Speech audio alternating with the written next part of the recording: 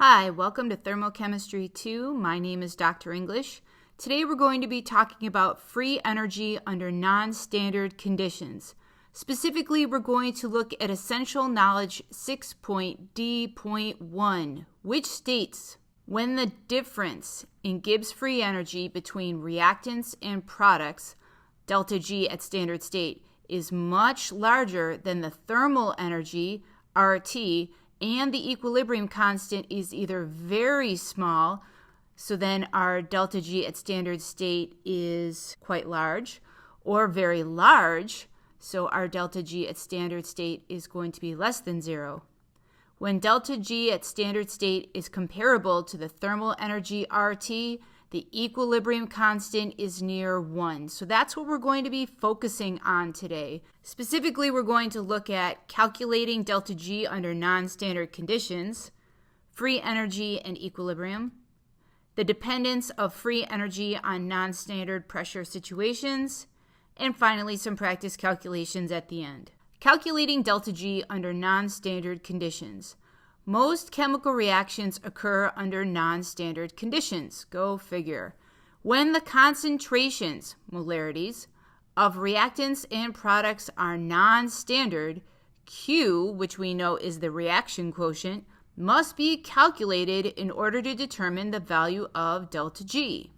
For any chemical process, the general relationship between standard free energy change, delta G at the standard state, and the free energy change under any other conditions, delta G, is given by the expression delta G equals delta G at standard state plus R, our temperature in Kelvin, natural log of Q, where Q is the reaction quotient, R is the gas constant. In this case, we're going to use 8.3145 joules per Kelvin mole.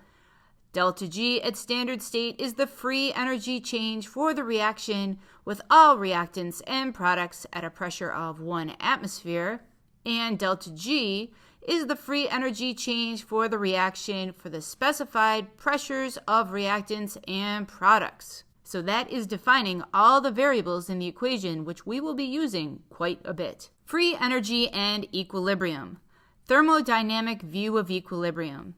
The equilibrium point occurs at the lowest value of free energy available to the reaction system. At equilibrium, delta G is going to equal 0 and Q is going to equal K. So we can use the formula delta G at standard state is equal to the negative RT ln of K. So delta G at standard state, where it equals 0, we know that K is going to equal 1, and that is at equilibrium. When delta G at standard state is less than 0, in other words, a negative number, our K is going to be greater than 1, and that is going to favor products. That's going to be favoring products. When our delta G at standard state is greater than 0 and it has a positive value, our K is going to be less than 1, which means it's going to favor reactants. And we can calculate all of this, which we are about to do. The dependence of free energy on non-standard pressure situations. So we have enthalpy, and we know that enthalpy is represented by H, and enthalpy is not pressure dependent. Entropy, on the other hand, which is represented by S, does depend on volume, so it also depends on pressure. So for our first situation, we're going to look at delta G at standard state plus RT ln of Q with a little p meaning pressure, where delta G at standard state is the free energy of the gas at a pressure of 1 atmosphere. Delta G is the free energy of the gas at a pressure of P atmospheres, so in other words, not at standard state.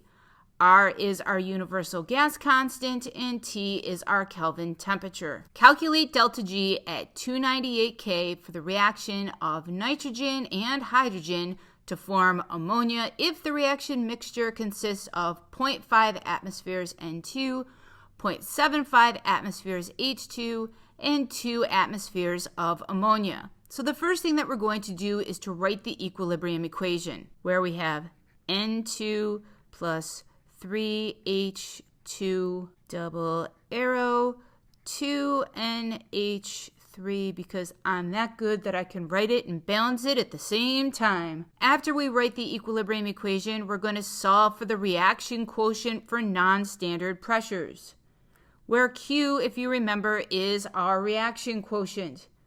So when we represent this, we're going to do the pressure of the ammonia, NH3, squared, because we have a coefficient of 2. And on the bottom, we're going to have the pressure of our nitrogen gas. And then finally, the pressure of our hydrogen gas, cubed. So I have set up my expression here, and now what I'm going to do is substitute in numbers. Now remember, one key thing that you should recall is that since we are working with pressures, we have parentheses around our pressures here. We do not have brackets. Brackets indicate concentration, and we are dealing with pressure. So if you're wondering about that, that's why I'm using parentheses. So for the pressure of ammonia, we're going to have 2 atmospheres on top, and we're going to ultimately square that. For the pressure of nitrogen, we're going to have 0.5. And then finally, for the pressure of hydrogen, we're going to have 0.75 cubed. And if we work this all out, we get 18.96 for our Q. And we're going to use that ultimately later on in our equation. So we're going to just put that aside for right now. Now we're going to calculate delta G for this reaction based on standard values of delta H at standard state and delta S at standard state. All of a sudden, we get delta H values at standard state for nitrogen, hydrogen, and ammonia, and also delta S values. Isn't that amazing? I'm shocked. Look, there they are for us to use. So to calculate delta H, we're going to go back to Hess's law. And remember, when we do Hess's law, we do products minus reactants. So I'm going to write out my equation that I'm going to use for Hess's law really quick. So I know based upon looking back at my equilibrium equation, we're going to have 2 moles of ammonia minus 1 mole of nitrogen gas plus 3 moles of hydrogen gas. And now I'm going to calculate my delta H at standard state by plugging these values in. So looking at my work, I know that I am starting out with 2 moles of ammonia, which has a delta H value of negative 45.9, minus 1 mole of my nitrogen, but we know that the values for the nitrogen and hydrogen, because they are elements, are going to be 0. So therefore, my calculated value for delta H at the standard state is going to be negative 91.8 kilojoules, because all of these are represented in kilojoules. Now what I'm going to do is calculate my delta S at standard state. So here's my work for calculating delta S at standard state. Again, I'm starting out with 2 moles of my ammonia. So the delta S value at standard state for ammonia is 192.8. And I'm going to subtract that from the standard state of nitrogen, which is 191.6.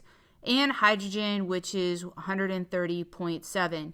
So when I calculate my delta S at standard 8, I get negative 198 joules per Kelvin. And the thing that I have to remember here is that ultimately I need this in kilojoules. So I'm going to take a moment and say negative 198.1. Oh, forgot the 0.1 there. Oh, well, you see it now. Negative 198.1 joules per Kelvin times, we know that 1 kilojoule is equal to 1,000 joules. So when we work this out, it's going to be negative 0.1981 kilojoules per Kelvin. And we're going to need that value again ultimately when we bring this all back to calculating delta G under non-standard conditions. So I've cleared out this screen because we've already written out our delta H at standard conditions and our delta S at standard conditions, but really what we need to do here next is calculate our delta G at standard conditions so we can go ahead and plug it all into delta G under non-standard conditions. So what we're going to find now is delta G under standard conditions based on the values that we just did. So we're going to say delta H under standard conditions minus T delta S under standard conditions. And we're going to take those values that we just calculated. So we know that our delta H under standard conditions is negative 91.8 kilojoules per mole minus the temperature that they gave us here, which we know is 298 Kelvin. And then we're going to multiply that times negative 0.198 kilojoules per mole Kelvin. And when this all is calculated out, we get negative 32.8 kilojoules per mole, which is what we need to move on to the final step of calculating delta G under non-standard conditions. Okay, so now what do we have? We have our delta G under standard conditions. We have an R, which is our gas constant. We have our temperature, and then we also calculated our reaction quotient. So now we have everything that we need to finally calculate delta G. So remember, R involves joules per mole, and the unit for delta G is in kilojoules per mole, so adjustments need to be made. And one thing to point out here that we really should think about when we're talking about this delta G equation is that the delta G under standard conditions does just that. It represents free energy under standard conditions. The RT ln of Q takes into account the non-standard influences, and that's how these two are coming together to calculate this delta G. So we know that our R is going to equal 8.314 joules per mole Kelvin. What we need to do, 8.314 joules per 1 mole and 1 Kelvin, is to convert this over into kilojoules. So multiplication sign and a line. We know that 1 kilojoule is equal to 1,000 joules. And then joules cancel joules. So when we work this all out, our R is going to equal 0.008314 kilojoules per mole Kelvin. Finally, after all of that work, we can solve for delta G. So delta G is equal to delta G under standard conditions plus RT ln of Q. Our delta G under standard conditions is negative 32.8 kilojoules per mole.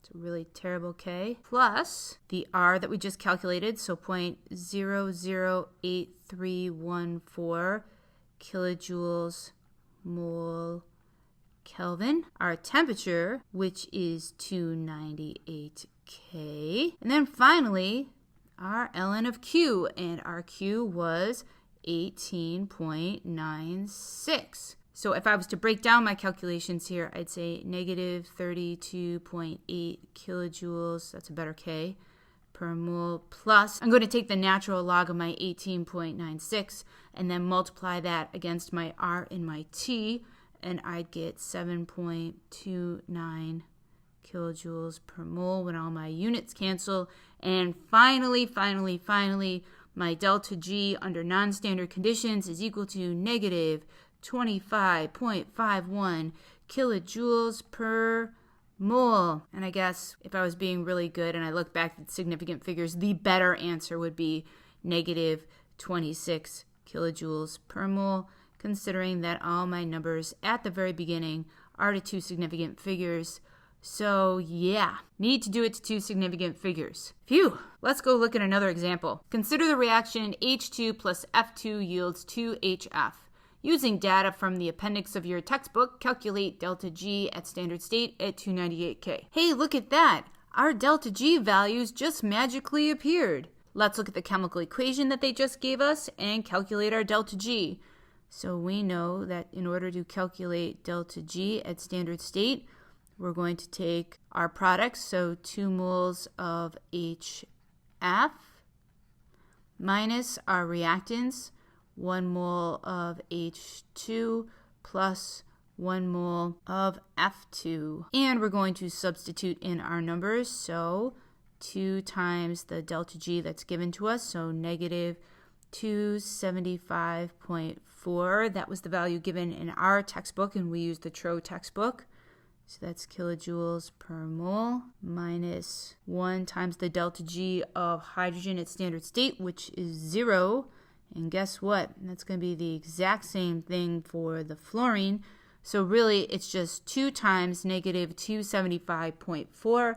So if we work this out for delta G at standard state, it is negative 550.8 kilojoules per mole. So that's a way to calculate delta G at standard state when the values are given to you. So that's nice that we have that delta G at standard state, but what if we suddenly change some things? So we're going to come back to this delta G at standard state, so make sure you've got it written down. Now we're going to calculate delta G under non-standard conditions at 298 K if the reaction mixture consists of 0.8 atmospheres of hydrogen, 4.5 atmospheres of F2, and 0.36 atmospheres of HF. The first thing that we're going to need to do here, because we're under non-standard conditions, is calculate a Q.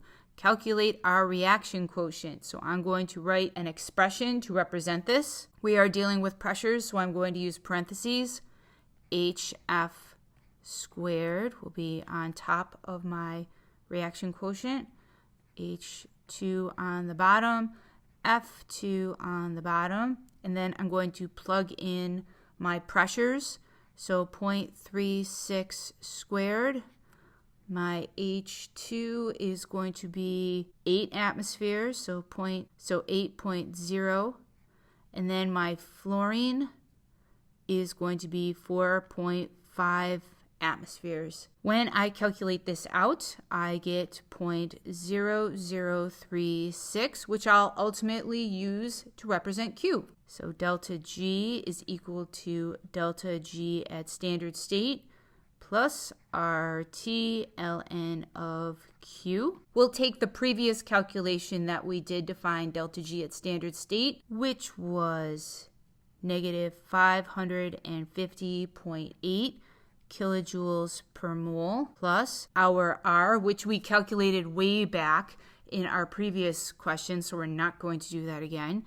So 0.008314 kilojoules, because remember, under normal circumstances, it's in joules.